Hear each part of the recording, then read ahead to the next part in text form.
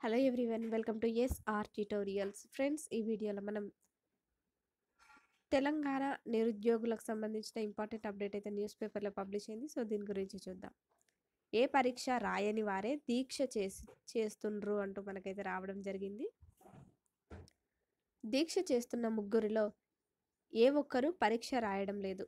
ఏ పరీక్ష రాయనోళ్ళు, ఏ ఉద్యోగానికి పోటీ పడనోళ్ళు పరీక్షల వాయిదా కోసం దీక్ష చేస్తున్నారు. ఏ కోచింగ్ సెంటర్ యజమానే నిరాహార దీక్షకు దిగిండు. ఆయన హాల్ టికెట్ తీయుండ్రని అధికారులను అడిగితే ఆయనకో కోచింగ్ సెంటర్ ఉన్నది. 2 నెలలు డిఎస్సి వాయిదా వేస్తే వందల కోట్ల లాభం వస్తుండే. 2 నెలల్లో కోట్ల ఆదాయం దెబ్బతీశారన్న అక్కస్తోనే దీక్ష చేస్తున్నదని చెప్పిండ్రు. ఇంకొక ఆయన, మొన్నటిదాకా మన పార్టీలోనే ఉన్నాడు కదా, పార్టీలో పదవులేం ఇవ్వకపోవడం వల్ల దీక్షకు కూర్చున్నాడని తెలిసింది. ఇంకో పిల్లగాడు దీక్షల కూర్చుండి గాంధీ దవాఖాన్ల చేరిండు. నాకు తెలిసిన వ్యక్తే కాబట్టి ఏం పరీక్ష రాస్తుండు, మంచి కోచింగ్ ఇప్పిద్దామని ఆరా తీస్తే ఓ లీడర్ దీక్ష చేస్తే బాగా పేరొస్తుందని చెబితే దీక్షల కూర్చున్నాడట అంటూ సో ఈ విధంగా అయితే ఇచ్చారనమాట. ఇది మనకు నమస్తే తెలంగాణ పేపర్లో అయితే పబ్లిష్ అయింది. కొన్ని రాజకీయ శక్తులు కోచింగ్ సెంటర్ల యాజమాన్యాలు మాత్రమే పరీక్షలు వాయిదా వేయాలని కోరుతున్నాయని, తాము సకాలంలో పరీక్షలు నిర్వహిస్తే రాజకీయ, నిరుద్యోగులు, కోచింగ్ సెంటర్ల నిర్వాహకులకు నష్టం జరుగుతుందని, అందుకే వాళ్ళు పరీక్షల వాయిదా కోరుతున్నారని సీఎం రేవంత్ రెడ్డి చెప్పారు. రాష్ట్రంలో 60 లక్షల మంది నిరుద్యోగులు ఉన్నారని, నిరుద్యోగ సమస్య పరిష్కరించకుంటే తాము ప్రజాప్రతినిధులుగా విఫలమైనట్టేనని పేర్కొన్నారు. పరీక్షలు సకాలంలో పూర్తయితే ఉద్యోగాలు రాని వారు వేరే జాబ్స్ చూసుకుంటారని, అందుకే తాము పరీక్షలు వాయిదా వేయడం లేదని స్పష్టం చేశారు. కూకట్పల్లిలోని జేఎన్టీయూలో క్వాలిటీ ఇంజనీరింగ్ ఎడ్యుకేషన్ అనే అంశంపై శనివారం నిర్వహించిన ముఖాముఖిలో సీఎం ప్రసంగించారు.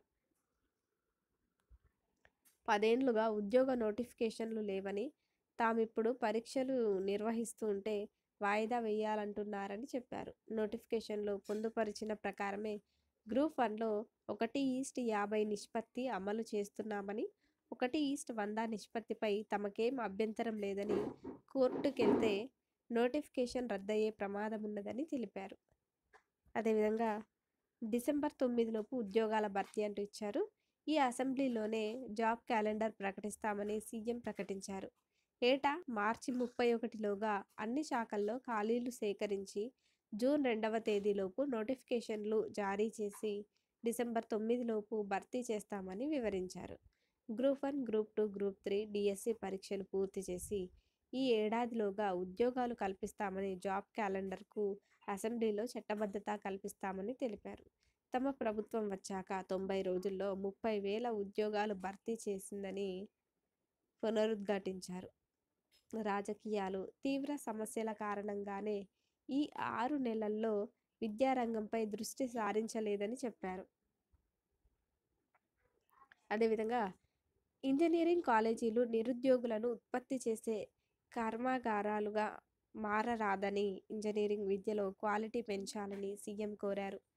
ఇంజనీరింగ్ అంటే కేవలం కంప్యూటర్ సైన్సే కాదని, సివిల్, మెకానికల్, ఎలక్ట్రికల్ కోర్సులను కూడా నడపాల్సిందేనని సూచించారు. యువత కోసం artificial intelligence city, skill university ఏర్పాటు చేయబోతున్నట్లు చెప్పారు. టాటా కన్సల్టెన్సీ భాగస్వామ్యంతో 2,400 కోట్లు వెచ్చించి ఐటీఐలను అడ్వాన్స్డ్ టెక్నాలజీ సెంటర్లుగా మారుస్తామని తెలిపారంటే సో ఈ విధంగా అయితే రావడం అయితే జరిగిందనమాట. ఇక్కడ మనకి రేవంత్ నోట అబద్ధపు మాట అంటూ ఇచ్చారు. డిఎస్సి నోటిఫికేషన్ 2 ఏళ్ల కింద జారీ చేశారని సీఎం రేవంత్ అబద్ధం ఆడారు. అభ్యర్థులు 2 ఏళ్లుగా డిఎస్సి కోసం ప్రిపేర్ అవుతున్నారని, 2 ఏళ్ల క్రితం నోటిఫికేషన్ ఇచ్చి పరీక్షలు నిర్వహించకపోవడంతో వారిలో అశాంతి నెలకొన్నదని చెప్పి తన వ్యాఖ్యలను సమర్థించుకున్నారు. 10 ఏళ్ల నుంచి నోటిఫికేషన్లు లేవు. 2 ఏళ్ల క్రితం డిఎస్సి నోటిఫికేషన్ వచ్చింది. వాయిదాల మీద వాయిదా పడుతూనే ఉంది. మేం నిర్వహిస్తుంటే వాయిదా వేయాలని కోరుతున్నారు అని వ్యాఖ్యానించారు. కాగా గత కేసీఆర్ ప్రభుత్వం 6,612 పోస్టులతో 2023 ఆగస్టు 24వ తేదీన డిఎస్సి ప్రకటించింది. 2023 సెప్టెంబర్ 5వ తేదీన నోటిఫికేషన్ విడుదల చేసి సెప్టెంబర్ 20 నుంచి దరఖాస్తులు ఆహ్వానించింది. ఆ తర్వాత నోటిఫికేషన్ను రేవంత్ రెడ్డి సర్కార్ రద్దు చేసి ఈ ఏడాది ఫిబ్రవరి 29న 11,062 పోస్టులతో కొత్త నోటిఫికేషన్ విడుదల చేసింది. కానీ సీఎం రేవంత్ మాత్రం 2 ఏండ్ల క్రితం నోటిఫికేషన్ జారీ చేశారని నోరు జారారు అంటూ కూడా మనకైతే ఈ విధంగా అయితే వచ్చిందనమాట. సో ఈ విధంగా అయితే పరీక్షలు రాయనోళ్ళే దీక్ష చేస్తుండ్రు అంటూ రావడం అయితే జరిగింది. దీనిపై మీ అభిప్రాయం ఏంటో కామెంట్ల రూపంలో తప్పకుండా తెలపండి.